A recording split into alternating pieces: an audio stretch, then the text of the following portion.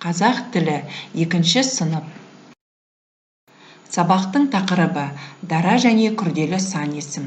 Оқу мақсаты дара және күрделі сан есімді анықтау.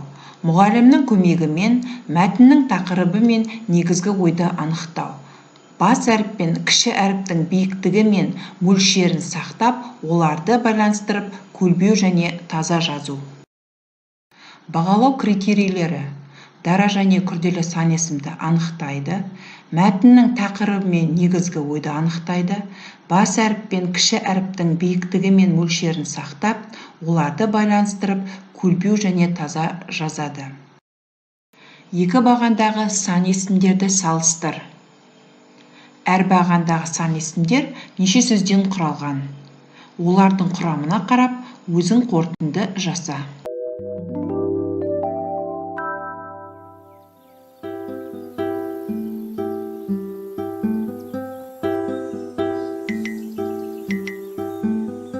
Міне қызық. Қандай қызық? Алан аға, маған да оқып беріңізші. Әлемдегі ең ұзын өзен Мысырдағы Ніл өзенінің ұзындығы 6675 шақырым екен. Қызық екен. Қандай ұзын өзен, қандай ұзақ сөз.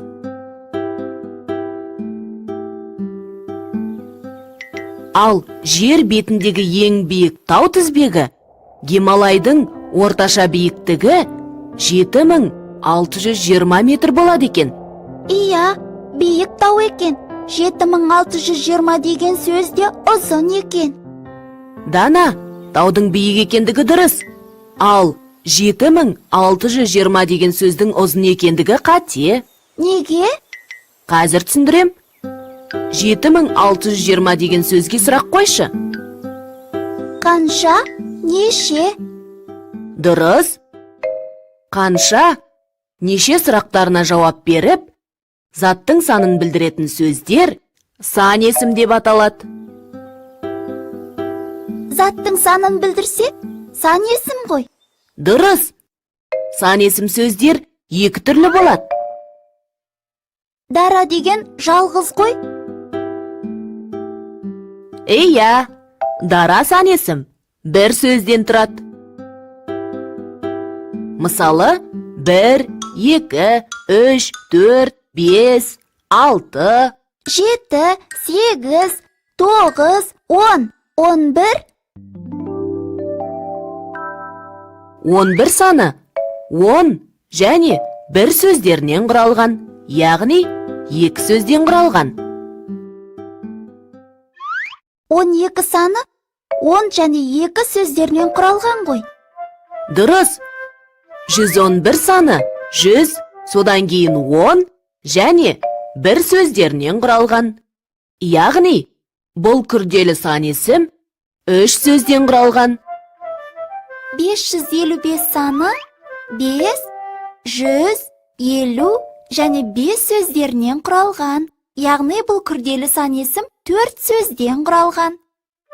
Дұрыс. Яғни, күрделі сан есім 2 немесе одан да көп саннан құралады. Ал күрделі сан есімнің құрамындағы әр сөз жеке-жеке жазылады. Түсіндім. Қайталайық. Дара және күрделі сан есім. Заттың санын білдіретін сөздер сан есім деп аталады. Оларға қанша, неше деген сұрақтар қойылады. Мысалы, 1, 71, 55, 21, тағы басқалары. Сан есім құрамына қарай дара және күрделі деп екіге бөлінеді. Дара сан есім бір сөзден құралады.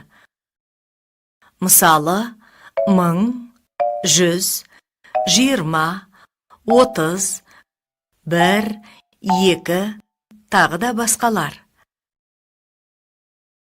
Күрделі сан есім 2 немесе одан да көп сөзден құралады. Мысалы, 11, 12, 25, 56, тағы басқалары.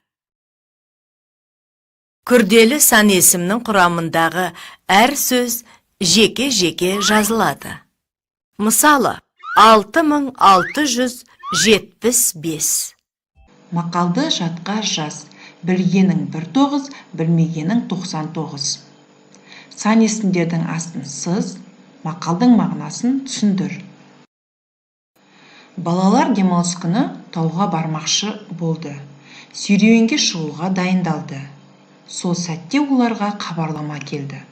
Оны оқыған балалар тауға шығуды кейінге қалдырды. Қандай хабарлама келді деп ойлайсың? Өлеңді көп нүктенің орнына тиісті сөздерді қойып жаз. Жұмбақты оқып, шешуін тап. Ағайынды 12, бір атаның әулеті. Тоғызқұмалақ жарысы өтетіні туралы хабарландыру жаз. Жарыстың тақырыбын көрсет, жарыстың қашан, қайда өтетінін көрсет, оған кімдер қатыса алатынын айт. Я, жоқ ойына. Әр тапсырманың тұсына я немесе жоқ деп жауап бересіңдер. Орындалған тапсырманы тақтада тексереміз. Сан есім заттың санын білдіреді. Я, жоқ. 30 дара сан есім. Я, жоқ. Күрделі сан есім бір сөзден жасалады. Я, жоқ.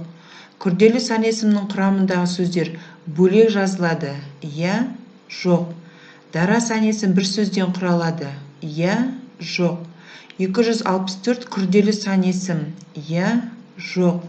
600 дара сан есім. Я, жоқ. Кері байланыс. Бір сөзбен әдісі. Оқушылар өздеріне берілген 12 сөздің ішінен өздерінің бүгінгі сабақтағы жағдайын сипаттайтындай бір сөзді таңдап айтады.